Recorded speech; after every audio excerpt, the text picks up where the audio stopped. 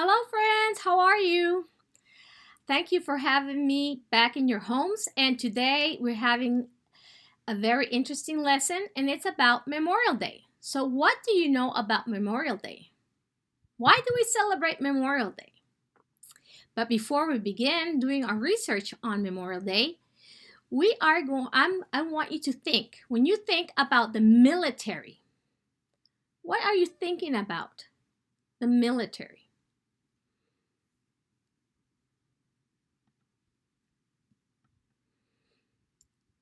So, the United States Armed Forces are the military forces of the United States of America. And we live in the country of the United States of America. So the military is the armed forces of our country. And it consists of the Army, Marine Corps, Navy, Air Force, Space Force, and Coast Guard. So there are 6 armed forces. So, the Army. The Army defends us by land. The Marine Corps. They defend us by ground, sea, and air. The Navy defends us by sea. The Air Force defends us by air.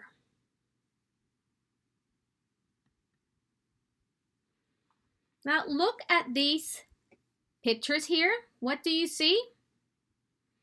Yes, you see a satellite in space, and here is Earth. That's right, our planet.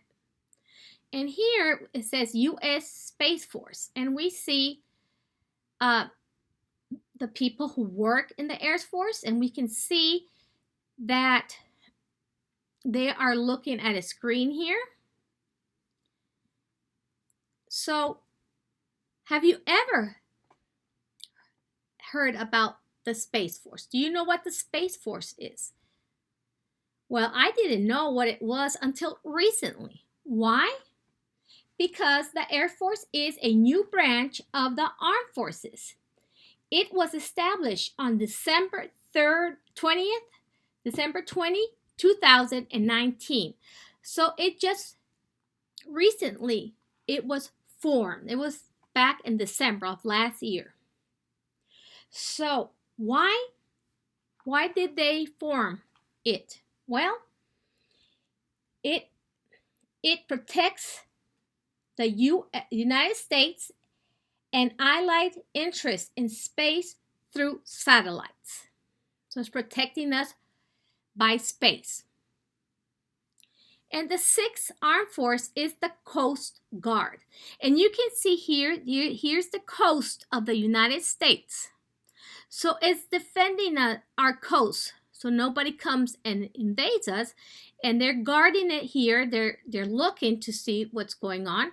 And they defend us through the coast of all the coast of the United States, and that's the Pacific Ocean and the Atlantic Ocean. Okay, so now that you know what the military is and the 6 armed forces, now we're going to be reading this book, and this is an informational book. And this informational book is written by Barbara Du Rubertis. And she is the author. She did research on Memorial Day. So this book is an informational book, but it's going to give us information about Memorial Day. And here, what do you see? We see a soldier, that's right, he's kneeled down. Here is the American flag, and here is our graves, that's right, he's in the cemetery. But before we begin, I want you to be looking for 2 questions, because those are the 2 questions we're researching for, and those are the 2 questions you're going to be answering. The first one is, why do we celebrate Memorial Day? Why do we celebrate it? And the second one is, How do we observe Memorial Day? Give two examples. Observe. How do we observe Memorial Day? And you're going to give me two examples. So look at this picture here. What do you see? Yes, we see Boy Scouts, that's right, and Girl Scouts too. And they have flags, and each flag has a name of a soldier. So let's begin to read. A very special holiday is celebrated on the last Monday in May, Memorial Day. It is the day we honor all the brave men and women in our armed forces who died while fighting to protect our country, our freedoms, and us. How did this important holiday come into being? So, Memorial Day, we're celebrating it this Monday that's coming. This Monday. So how did it all begin? How Memorial Day began. From 1861 to 1865, the American Civil War was fought. The northern states did not want to continue allowing slavery, but 11 southern states did. The southern states withdrew from the United States and formed a new country, the Confederate States of America. So the Northerners, they didn't want slavery, but the Southern states did. So the Southern states withdraw from the United States and they formed their own country.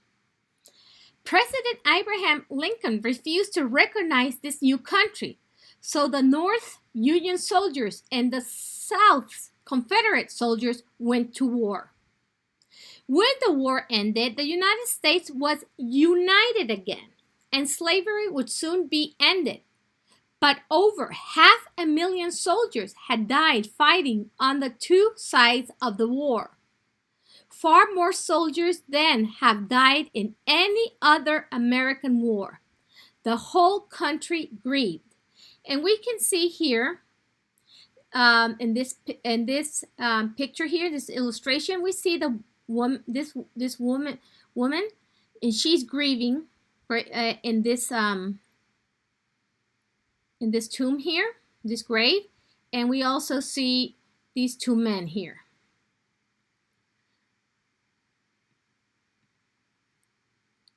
Decoration Day. During and after the Civil War, graves of fallen soldiers on both sides were decorated in honor of their sacrifices. So what did they sacrifice? Their lives. In 1868, General John Logan issued a proclamation. Decoration Day should be held on May 30th every year. He chose that date because flowers would be in bloom and could be used to decorate the graves of all those who died in the Civil War.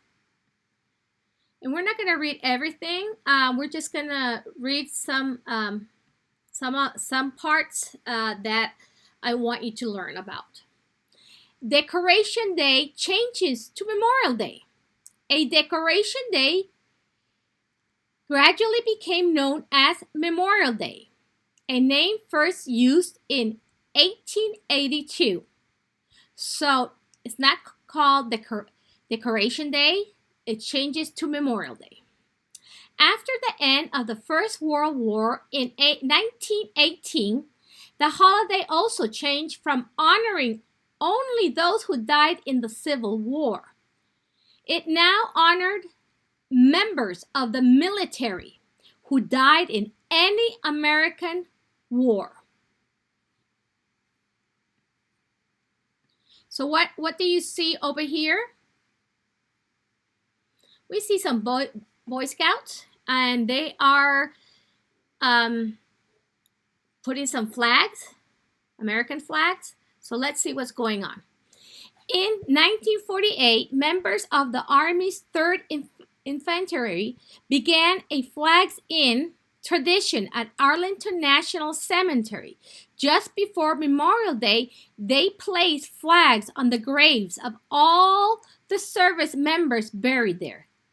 Now more than, look at that amount, 300,000 veterans groups, Boy Scouts and Girl Scouts, and other groups across America also placed flags on service members' graves for this holiday.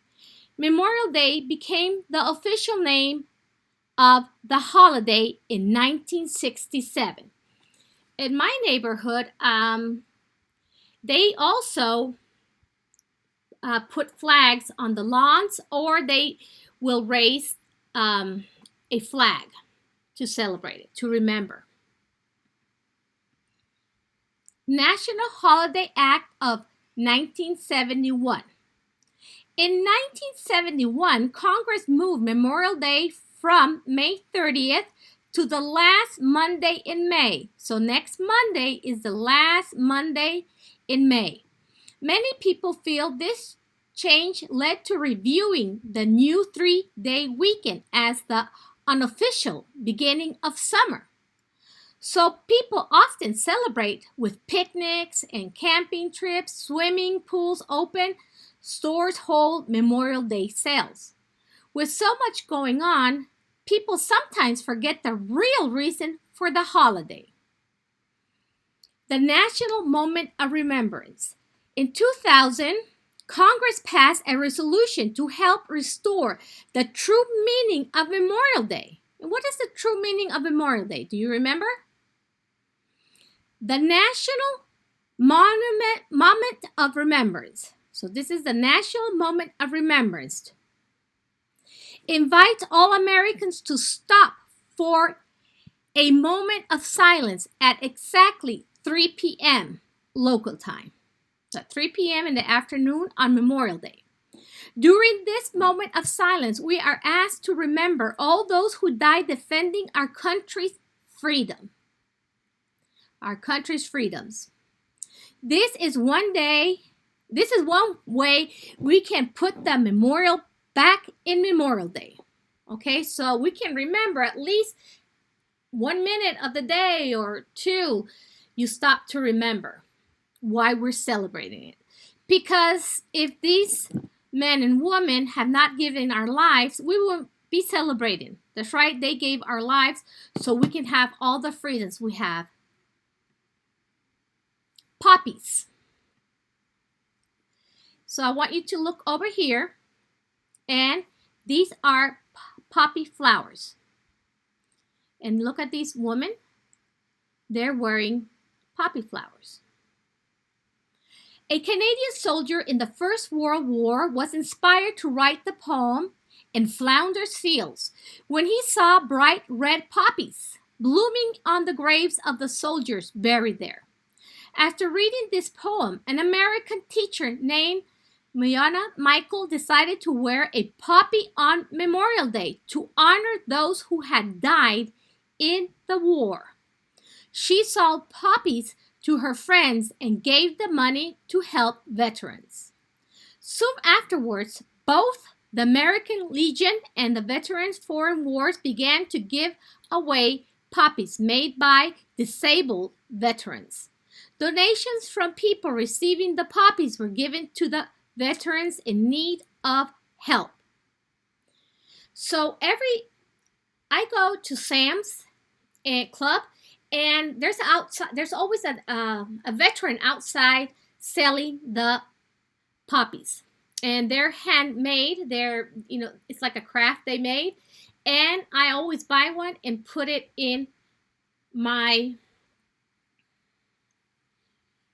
just like they have it on their shoulders here. So the poppy has become a symbol of honoring the dead and helping the living. So they're honoring the dead who gave their lives for our country, and helping the living, because the money that you pay for a poppy flower, it helps the veterans, the disabled veterans. And these are veterans with disabilities. Okay, memorials for those who died in wars and conflicts. Beautiful memorials have been built to honor those who died fighting for our country. It is our way to making sure their sacrifices are not forgotten. And it is comforting for many of the families and friends of those who died to see tributes honoring their loved ones. All of these memorials remind us of our history and the price of freedom. So the Civil War, 1861 to 1865. So these are all the wars and conflicts that our country. First World War, 1917 to 1918. And here we see the National World War I Museum and Memorial is in Kansas City. Second World War, from 1941 to 1945. The World War II Memorial is in Washington, D.C. Korean Conflict, 1950 to 1953. The Korean War Veterans Memorial in Washington, D.C. contains a patrol squad of 19 stainless steel statues of soldiers walking through a field. So here it is, the Korean Conflict Monument. Vietnam Conflict. Look how long it lasted, from 1955 to 1975. The V-shaped Veteran Memorial is also in Washington, D.C. The wall is polished black garnet with a mirror-like surface. On it are listed the names of the more than 58,000 Americans who died or went missing in the Vietnam War. The National Memorial Day Concert. The National Memorial Day Concert takes place on the lawn of the United States Capitol building on the Sunday evening before Memorial Day. Patriotic music is performed and tribute is paid to the men and women who have given their lives for our country. The concert is broadcast on both radio and television. So this Sunday, if you go to the PBS channel at 8 o'clock, you can watch the concert. Here we have the American Veterans Disabled for Life Memorial. Memorial Day observances. Memorial Day observances. How do we observe Memorial Day? When the flag is raised on Memorial Day morning, it is first raised to the top of the staff. So in the morning, it's raised to the top of the staff. Then it's slowly lowered to half staff in honor of the men and women who gave their lives serving our country. At noon, the flag is again raised to full staff as a reminder that we must continue to defend our freedoms. Yes, we have to continue defending our freedoms. The Memorial Day ceremony at Arlington National Cemetery begins at 11 a.m. So here is the Arlington Memorial. And here, look at this picture here. Motorcycle rally begins. The thousands of riders who take part are demonstrating their support for improving veteran benefits. So this is the Rolling Thunders.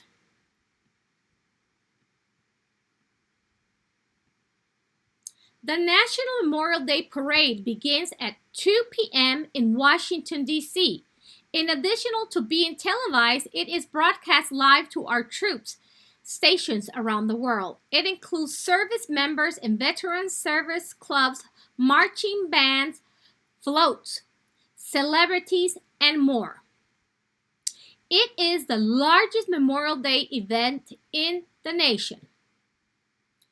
There are also thousands of smaller parades and ceremonies held in cities and towns across the United States. And the National Moment of Remembrance is at 3 p.m. So remember, the National Moment of Remembrance is when you have a moment of silence and you remember the men and women who gave their lives for our country, for our freedoms. And here we see the United States flag, which is the symbol of our nation.